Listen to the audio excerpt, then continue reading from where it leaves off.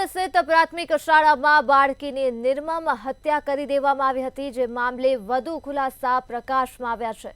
Police દ્વારા સમગ્ર ઘટનાનું રિકન્સ્ટ્રક્શન કરવામાં આવ્યું છે અને આ સાથે જ આરોપી તથા તેની કારને સાથે રાખવામાં આવી અને સમગ્ર ઘટનાનું રિકન્સ્ટ્રક્શન દાહોદ ખાતે આવેલ પ્રાથમિક શાળાના બાળકીના હત્યાના મામલે કરવામાં આવ્યું છે। સ્કૂલ શરૂ થવાના સમય પર આ રિકન્સ્ટ્રક્શન કરવામાં આવ્યું છે। પોલીસ દ્વારા સમગ્ર ઘટનાનું રિકન્સ્ટ્રક્શન કરાયું છે। સિંગવડના તોરણી પ્રાથમિક શાળાના આચાર્ય દ્વારા આ 6 વર્ષની બાળકી ઉપર પ્રથમ દુષ્કર્મનો પ્રયાસ કર્યા બાદ હત્યા કરવામાં આવી હતી।